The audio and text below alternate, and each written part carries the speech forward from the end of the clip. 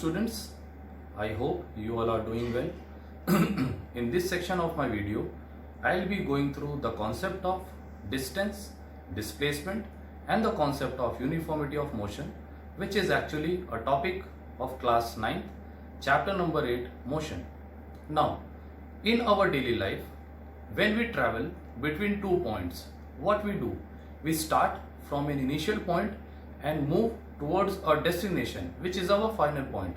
So, in order to study the concept of distance and displacement, we should know what actually distance and displacement means. What is the correlation between distance and displacement? How we differentiate distance from a displacement?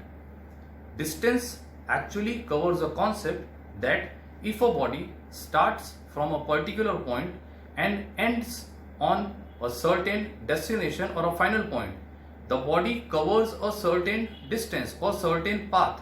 So distance can simply be explained as the actual path traveled by a body from its initial and final position. That is, if you start from your home and go on to a market, after that moving on to the further, you went on to a certain shop. So actual distance will be the distance from your home to the market and to that particular point. So again, the distance says the actual path traveled by a body between its initial and final position is known as distance. Now, going on to the concept of displacement, what a displacement is. Since you have started from an initial point and end on a final point, the shortest path, or you can say any shortest distance between the initial and the final position of the body is known as its displacement.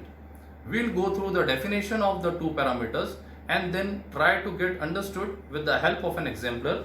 As you can see, the concept of distance says the actual path traveled by the body between its initial and final position is known as distance, and displacement, it is defined as the shortest distance, or you can say the shortest path between initial and final position of the body. We'll be going to understood this with the help of an exemplar. Let us suppose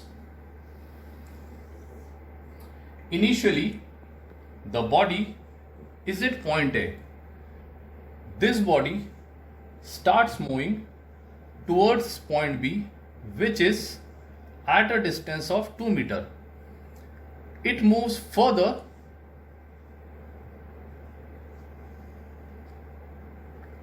towards point C, which is at a distance of 3 meters. It moves further towards another point D, which is at a distance of 4 meters.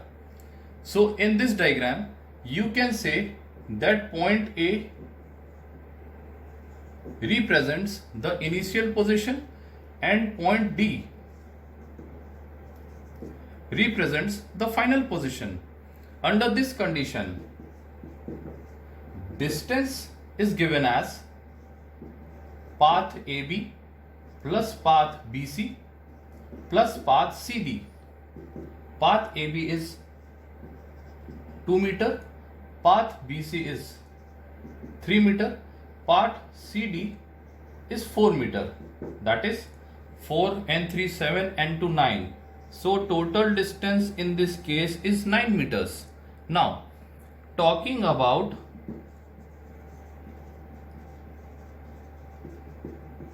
going through the concept of displacement. If you again observe this diagram, you will observe that A is the initial point and D is the final point.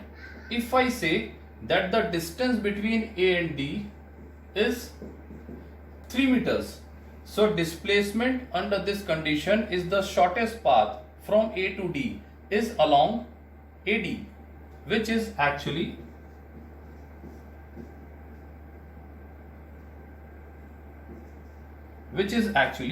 3 meters. Hence you can say under this condition that the distance traveled by the body is 9 meters while displacement of the body is 3 meters. Distance shows the actual path traveled by the body is 9 meters, while displacement shows the shortest distance between the initial and the final position. Now if I vary this diagram, that the person who has stopped at this point D, he has start moving towards point A. Now you can see in this diagram that the person has returned to its initial position. What will be the distance under this condition? As you have already added this path, adding dA into this, you will get 9 meters plus 3 meters, that is 12 meter. Considering this case, what will be the displacement? The displacement under this condition will be 0 meter. Why 0 meter? Because if you observe this diagram, if you observe this case, what are we observing? That the object has finally returned to its initial position. So under this condition, initial and final position of the body will be same. Hence, displacement of the person will be 0. At last, what I can say, that at the end of every day, when you finally come back to your home, you cover large number of distances, but at the end your displacement becomes 0. Why? Because you have again finally reached your initial position. This is the concept of distance and displacement. Moving on to the another concept, which is of uniform motion and non-uniform motion. Now let's go through the definition first. As the uniform motion says, if an object travels equal distances in equal interval of time, it is said to be moving with uniform motion. Similarly, for non-uniform motion, if an object undergoes unequal displacements, or you can say distances, in equal interval of time, or vice versa, it is said to be in non-uniform motion.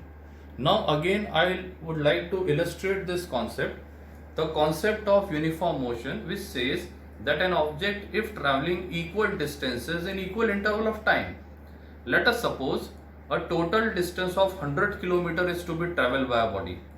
The body travels first 10 kilometers in 10 minutes, next 10 kilometers in next 10 minutes, next 10 kilometers again in 10 minutes, and vice versa, continuing in this manner. As you can see in my illustration, the body is traveling equal distances in equal interval of time. So you can say that this is a case of uniform motion.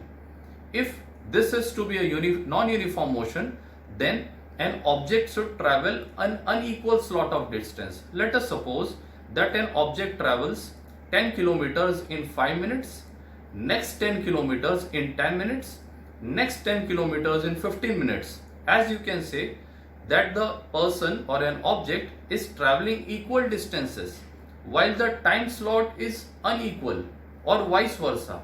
If I say an object or a person is traveling 10 kilometers in 2 minutes, 15 kilometers in next 2 minutes, 20 kilometers in next 2 minutes, so you can say under this condition the time slot is equal while the distance traveled is unequal.